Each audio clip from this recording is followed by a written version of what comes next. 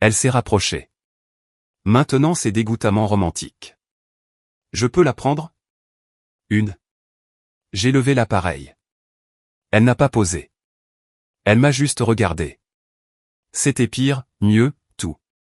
J'ai pris la photo, puis j'ai laissé l'appareil pendre à sa sangle. Merci. De rien. Elle a jeté un coup d'œil à l'appareil. Est-ce que j'ai le droit d'en prendre une de toi? Je suis derrière l'appareil pour une raison. Lâche. Professionnel. Lâche professionnel. Elle a volé l'appareil avant que je puisse l'arrêter et a reculé en riant quand j'ai tendu la main. Tiens-toi là, Isabelle. Regarde comme si tu étais choisie. J'ai figé. Son rire s'est estompé. Elle a levé l'appareil lentement et a regardé à travers le viseur. Oui, a-t-elle dit, la voix douce. Comme ça. Le déclencheur a cliqué. Plus tard, elle me montrerait la photo. Je me verrais debout sous les lumières d'hiver, ma garde complètement tombée, la regardant comme la réponse à chaque question que j'avais eu peur de poser. Mais à ce moment-là, je ne voyais qu'elle baissant l'appareil, sa bouche tremblant. Je suis allé vers elle. Et elle a secoué la tête. Je suis heureuse. Tu dis ça comme si ça faisait mal. Un peu. Elle a pressé l'appareil contre ma poitrine et je l'ai pris. Pendant si longtemps, j'ai pensé que si je voulais plus de ça, ça me rendait égoïste. Vouloir de l'amour n'est pas égoïste. Avec toi, c'était dangereux à cause de l'arrangement, parce que tu es bon. Sa voix s'est amincie. Parce que je savais que tu donnerais et donnerais sans jamais me demander quoi que ce soit qui pourrait me coûter. Et je pensais, si je l'aime, je deviendrai une autre chose qu'il doit porter. J'ai posé l'appareil sur le banc. Puis j'ai pris son visage entre mes mains. Écoute-moi, ai-je dit. Je ne veux pas te porter. Ses yeux brillaient. Je veux marcher à côté de toi. Je veux me disputer à propos des réglages du thermostat et apprendre quelles chansons te rendent nostalgique et t'embrasser dans les allées du supermarché. Je veux l'ordinaire. Je veux le difficile. Je te veux quand tu es inconfortable et brillante et autoritaire à propos de la lessive. Une larme a coulé sur sa joue. Et je veux que tu me demandes des choses, ai-je dit. Parce que j'ai le droit de te demander des choses aussi. Ses doigts se sont enroulés autour de mes poignets. Comme quoi? Je me suis penché jusqu'à ce que nos bouches se touchent presque. Reste après l'entretien. Sa respiration s'est coupée. Pas parce que tu dois le faire, ai-je dit. Pas parce qu'un dossier dit qu'on est marié. Reste parce que tu veux une vie avec moi. Pendant un battement de cœur, elle n'a pas bougé. Puis elle m'a embrassé. Pas prudente cette fois. Pas pour tester, choisir. Ses bras sont passés autour de mon cou et je l'ai attiré contre moi. Le froid disparaissant sous la chaleur de sa bouche. Elle avait le goût du citron vert et du sucre du soda que nous avions partagé. Et quand elle a murmuré mon nom contre mes lèvres, j'ai su que je me souviendrais de ce son plus longtemps que de tout vœu que j'avais jamais photographié. Quand nous nous sommes enfin séparés, son front reposait contre mon menton. Oui, a-t-elle dit, mes bras se sont serrés. Oui, je vais rester. Elle a levé les yeux vers moi. Mais toi aussi tu dois rester. Je vis dans l'appartement, Ethan. Je sais. J'ai passé mon pouce sur sa joue. Je resterai jusqu'au bout. Elle a souri alors, courageuse et lumineuse. Sur le chemin du retour, nous nous tenions la main ouvertement. À la porte de notre immeuble, elle s'est arrêtée. Alors, évaluation du premier rendez-vous. J'ai gémi. Sois gentille. 5 étoiles. Vraiment? Une déduction pour les serviettes, un bonus pour le baiser. Ce calcul est suspect. Je suis architecte, pas comptable. À l'intérieur, l'appartement était chaud et familier, mais différent maintenant. Isabelle a enlevé son manteau, puis a pris ma main avant que je puisse accrocher le mien. Ma chambre ou la tienne, a-t-elle demandé. Mon pouls a bondi. Elle a ri doucement de mon expression. Pour parler, Ethan? Ah, oui, parler. Je suis excellent pour parler. Menteur. Elle m'a tiré vers le canapé à la place. Nous y sommes restés des heures, ses pieds blottis sous ma cuisse, ma main traçant des cercles lents sur sa cheville pendant que nous parlions de tout ce que nous avions évité. Daniel, mon ex-fiancé, des enfants peut-être un jour. Le Chili, la peur, la foi. Quel genre de lit on achèterait si on admettait enfin qu'on n'avait besoin que d'un seul? Vers minuit, Isabelle s'est endormie contre mon épaule. Cette fois, je ne suis pas resté immobile par peur. J'ai embrassé le sommet de sa tête et je me suis laissé la tenir. La semaine avant l'entretien, notre appartement est devenu un musée de nous. Des photos éparpillées sur la table de la salle à manger. Des cartes d'anniversaire, des baux, des relevés bancaires conjoints, des photos de mariage du palais de justice où Isabelle portait une robe verte, et moi j'avais l'air d'un homme essayant de ne pas s'évanouir. À l'époque, nous étions debout épaule contre épaule avec un espace poli de 6 cm entre nous. Maintenant, Isabelle a pris la photo et a plissé les yeux. On dirait qu'on attend un bus. On était nerveux. On était ridicule. Tu as menacé d'annuler le mariage si je pleurais. Tu avais l'air sur le point de le faire. Je ne l'ai pas fait. Elle m'a regardé. Je l'ai manqué. J'ai corrigé. Elle a souri, mais le sourire s'est adouci quand elle a caressé le bord de la photo. Je me souviens avoir pensé que tu étais très beau. Mon stylo s'est arrêté. Vraiment? Oui. Elle a gardé les yeux sur la photo. Et très condamnée. Condamnée? Tu venais d'épouser une femme en deuil avec des problèmes d'immigration parce que tu étais trop décent pour t'enfuir. J'ai pensé, cet homme est soit un ange soit un idiot. Verdict final. Son regard s'est levé vers moi. Mon idiot. Il y avait 27 choses responsables que j'aurais pu faire. Puis je n'en ai fait aucune. Je me suis penché par-dessus la table et je l'ai embrassée.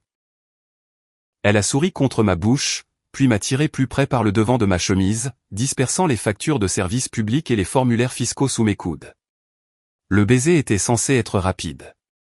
Il est devenu lent, puis plus lent. Ses doigts ont glissé dans mes cheveux, et quand elle a murmuré « Ethan », ce n'était pas un avertissement. La sonnette a retenti. Nous avons figé. Le front d'Isabelle est tombé sur mon épaule. Si c'est ta sœur, je déménage volontairement dans un autre pays. J'ai ri et j'ai embrassé ses cheveux. Reste ici parce que j'ai l'air coupable. Parce que tu as l'air embrassé. Elle a touché sa bouche, les yeux brillants. Bien. Ce n'était pas ma sœur. C'était Maître Anne, notre avocate, debout dans le couloir avec un dossier assez épais pour être qualifié de meuble. Son regard est passé de mes cheveux ébouriffés à Isabelle derrière moi, qui avait ignoré mon instruction et était apparue à mes côtés, ayant l'air absolument embrassée. Maître Anne a cligné des yeux une fois. Eh bien, a-t-elle dit. Ça répond à plusieurs questions. Isabelle s'est étranglée. J'ai reculé pour la faire entrer, le visage chaud.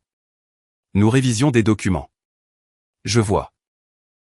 Pendant l'heure suivante, Maître Anne nous a coachés à la table de la salle à manger pendant que nos genoux se touchaient en dessous. Elle était gentille, mais peu sentimentale, le genre de femme qui pouvait rendre une agrafeuse intimidante. Il pourrait vous demander où chacun de vous dort, a-t-elle dit. La pièce est devenue silencieuse. Isabelle m'a regardé. J'ai regardé la facture de téléphone commune comme si elle contenait des écritures saintes. Maître Anne a fait une pause. Vous devriez répondre honnêtement. Nous avons des chambres séparées, a dit Isabelle. Avion, ai-je dit en même temps. Isabelle est devenue rose. Les sourcils de Maître Anne se sont levés. J'ai éclairci ma gorge. Nous discutons de logistique. Taille du lit, a ajouté Isabelle rapidement. Très important, a dit Maître Anne, sans écrire cela. Écoutez-moi. La vérité est compliquée, mais elle n'est pas automatiquement fatale. Ce mariage a commencé comme un arrangement. Vous le savez tous les deux. La question est de savoir s'il existe maintenant de bonne foi. La main d'Isabelle a trouvé la mienne sous la table. Je me suis accroché. Maître Anne a regardé entre nous et son expression s'est adoucie. Ne jouez pas l'amour.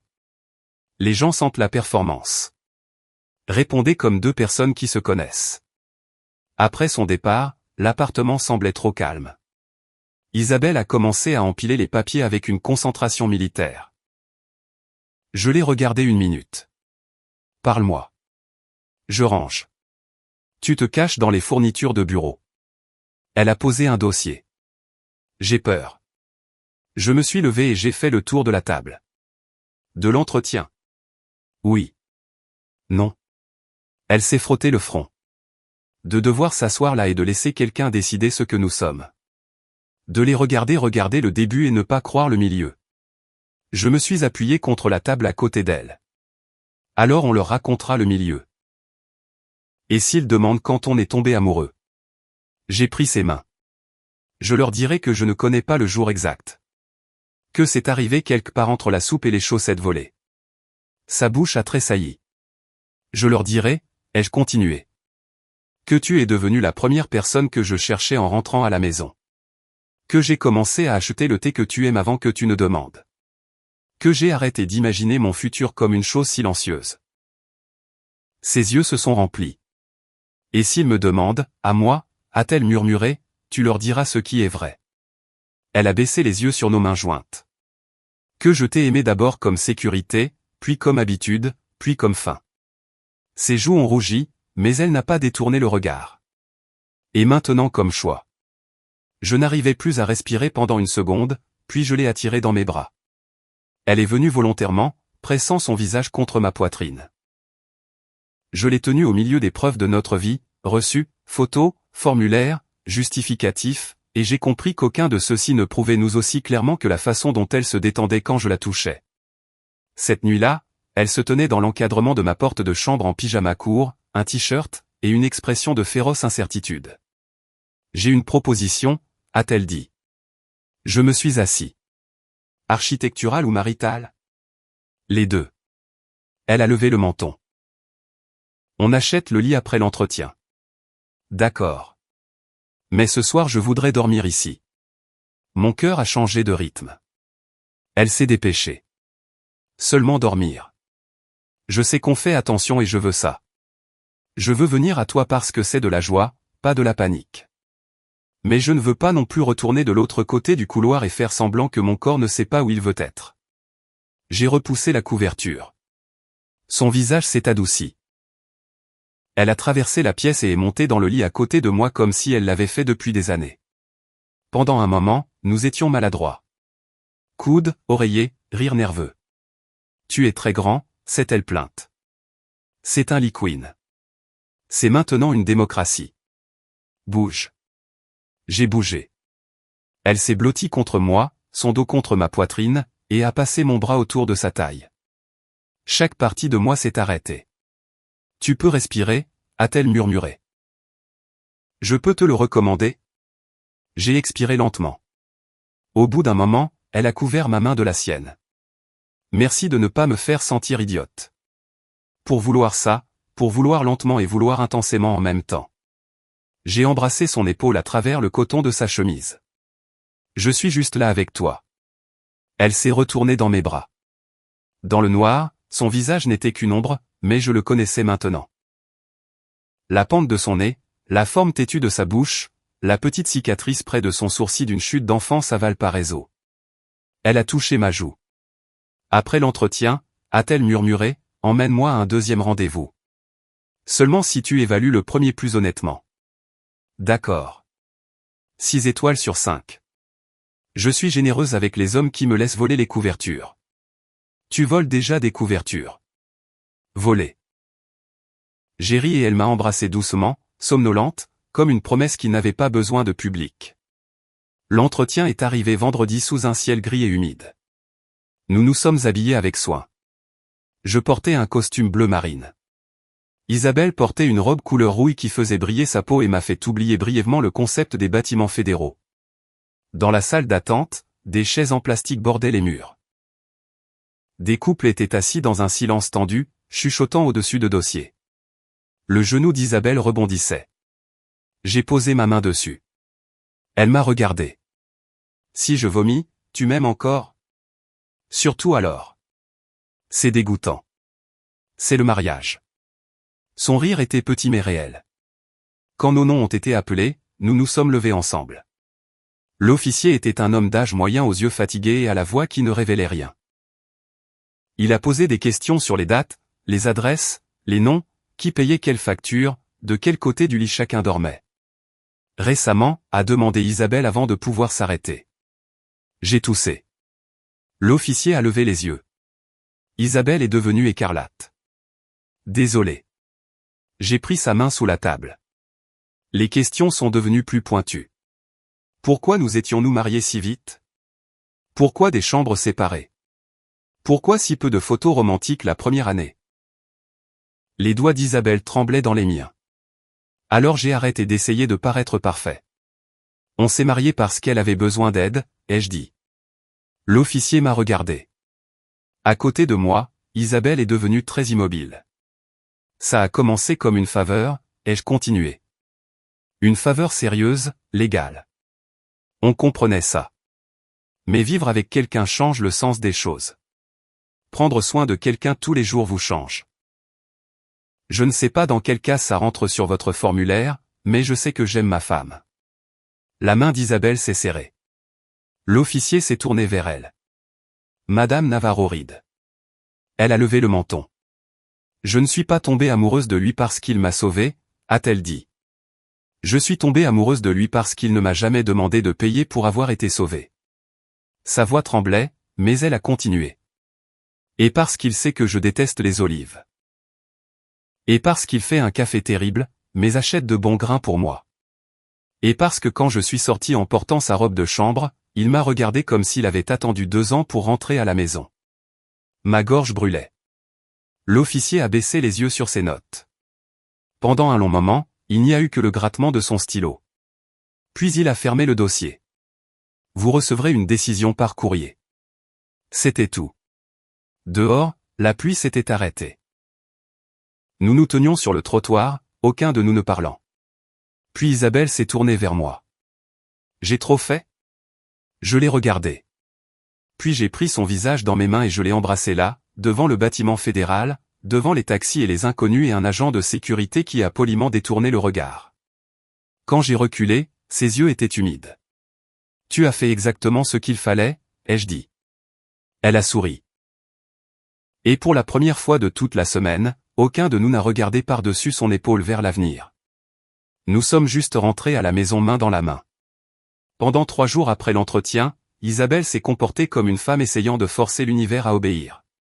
Elle a réorganisé le garde-manger.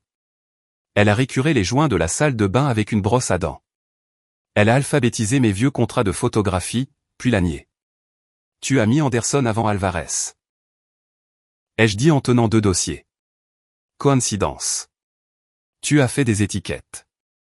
Les étiquettes ne sont pas une confession. Je l'ai attrapée par la taille avant qu'elle ne puisse s'échapper de la salle à manger. Elle a fait une protestation symbolique, mais ses mains se sont posées sur les miennes presque immédiatement. Tu es en train de tourner en rond, ai-je murmuré contre ses cheveux. J'améliore notre système de classement. Tu as alphabétisé les épices. C'était nécessaire. Le paprika ne peut pas vivre à côté de l'origan comme un animal. Je l'ai retourné dans mes bras. Son sourire s'est estompé quand elle a vu mon visage. Je sais, a-t-elle murmuré. J'ai passé mon pouce le long de sa mâchoire. Quoi qu'il arrive dans le courrier, on y fera face. Elle a hoché la tête, mais je pouvais sentir la tension dans ses épaules. Alors j'ai fait la seule chose à laquelle je pouvais penser. Je l'ai emmenée à notre 2e rendez-vous. Pas un restaurant chic, pas des fleurs livrées par un homme avec un porte-document. Je l'ai conduite au jardin botanique en périphérie de la ville où les serres restaient chaudes même en hiver. Dès que nous sommes entrés, Isabelle s'est arrêtée. Autour de nous, des vignes grimpaient sur les murs de verre. Des orchidées pendaient dans des couleurs impossibles. L'air sentait la terre humide et les choses qui poussent. Elle m'a regardé. Tu t'es souvenu. Ta mère avait un jardin à Valparaiso. Ses yeux se sont adoucis. Je te l'ai dit une fois. Tu faisais des lentilles. Tu as dit qu'elle faisait pousser du basilic dans de vieilles boîtes de café et qu'elle criait après les escargots. Isabelle a ri, mais c'est sorti à queue. J'ai pris sa main. J'écoute. Je sais. Elle a serré mes doigts. Et c'est ça le problème. Comment ça un problème? Ça rend très difficile d'être dramatique et incomprise. Nous avons erré entre les palmiers et les agrumes, enlevant nos manteaux dans la chaleur. Au fond de la serre, près d'une fontaine en carrelage, elle s'est appuyée contre moi et a laissé sa tête reposer sur mon épaule. Pour une fois, nous n'avons pas parlé d'immigration. Nous avons parlé de savoir si nous pourrions garder une plante de basilic en vie. Nous avons parlé de repeindre la chambre, qui était tranquillement devenue notre chambre. Nous avons parlé de visiter le Chili un jour, pas comme un retour désespéré ou un adieu forcé, mais comme un voyage que nous ferions ensemble. À la fontaine, Isabelle s'est tournée vers moi. « Je veux changer de nom », a-t-elle dit. Je suis resté immobile. « Tu n'es pas obligé. »« Je sais. »« Je veux dire, je le veux. »« Navarro est à toi. »« Daniel. » Son nom. « Reed. » Mon nom. Rien de tout ça ne devrait décider qui tu es. Elle a souri faiblement. « Tu es très noble. » C'est parfois irritant. J'ai entendu. Elle a pris mes deux mains. Je veux être Isabelle Navarro Reed. Pas parce que les papiers l'exigent. Pas parce que quelqu'un l'attend. Parce que ce mariage a commencé comme un pont et puis est devenu une maison. Je veux les deux noms sur la porte. Ma poitrine s'est serrée. Tu es sûr? Je suis sûr de très peu de choses. Elle s'est rapprochée. Mais je suis sûr de toi. Je l'ai embrassée sous le plafond de verre, entourée de feuilles et de lumière d'hiver. Et elle m'a embrassé en retour comme si elle avait fini de s'excuser de vouloir de la joie. L'avis d'approbation est arrivé l'après-midi suivant. Une enveloppe ordinaire, quelques lignes officielles. Statut de résident permanent approuvé. Isabelle l'a lu une fois, puis encore. Puis elle s'est assise lourdement sur la chaise de la cuisine et s'est couvert la bouche. Je me suis accroupi devant elle. Et elle m'a regardé par-dessus ses doigts, les yeux inondés. « Je peux rester ?» a-t-elle dit. J'ai pris la lettre de sa main tremblante et je l'ai posée sur la table. Oui. Plus besoin d'attendre que quelqu'un décide si ma vie a le droit de continuer ici. Plus besoin. Elle a inspiré brusquement, puis a laissé échapper un son qui était à moitié un rire, à moitié un sanglot. Je l'ai attirée dans mes bras et elle s'est blottie contre moi complètement. Pendant longtemps, nous nous sommes juste tenus sur le sol de la cuisine. Puis elle a reculé, s'est essuyé le visage, et a dit, « Il nous faut du champagne. » On a une demi-bouteille de ginger ale plat. Romantique. Je peux faire mieux. Tu as 10 minutes. Je suis revenu avec du champagne, des fleurs de supermarché, et un gâteau au chocolat avec « Félicitations » écrit en glaçage bleu parce que c'était le seul qui restait. Isabelle l'a regardé. C'est pour une équipe de football d'enfants. C'était soit ça, soit bonne retraite, Gary. Elle a pris une fourchette. Félicitations. C'est le cas.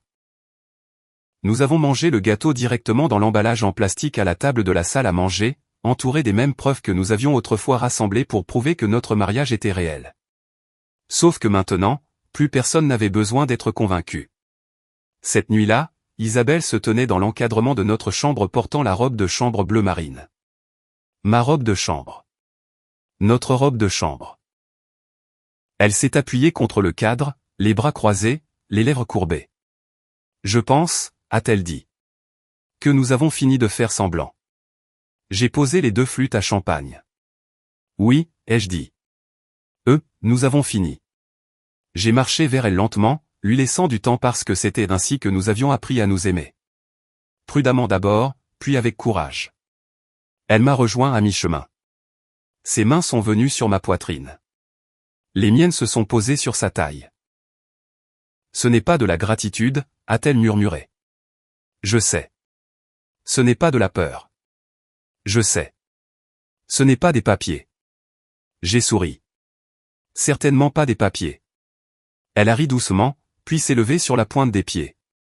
Quand elle m'a embrassé, cela ressemblait à la fin d'un long couloir verrouillé et à la première porte ouverte. Au printemps suivant, l'appartement avait changé. Sa table de dessin était plus proche de la fenêtre. Mes étagères à appareil photo avaient envahi le couloir. Une plante de basilic trônait dans une boîte à café sur le rebord, vivante grâce à ce qu'Isabelle appelait mon « leadership inspirant » et ce que j'appelais elle la menaçant en espagnol. Nous avons acheté un lit king size et nous nous sommes disputés pendant 40 minutes à propos des draps.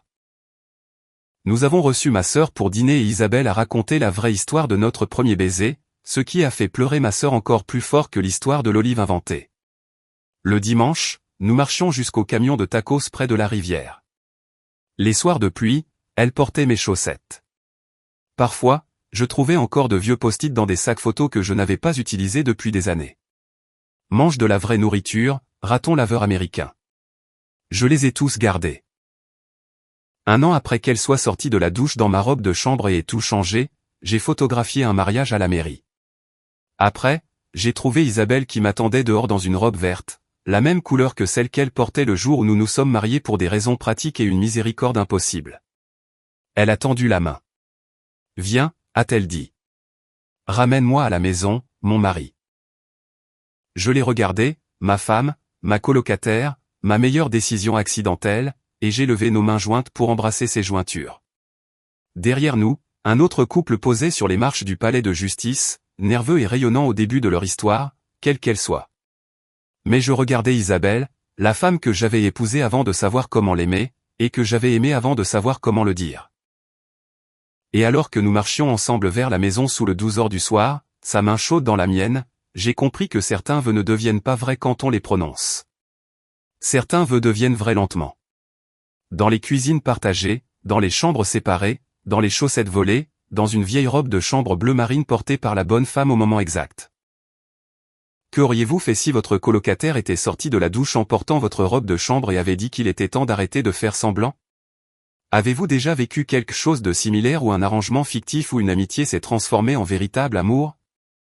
Racontez votre histoire dans les commentaires. Si vous avez aimé celle-ci, laissez un like, abonnez-vous, et je vous retrouve dans la prochaine.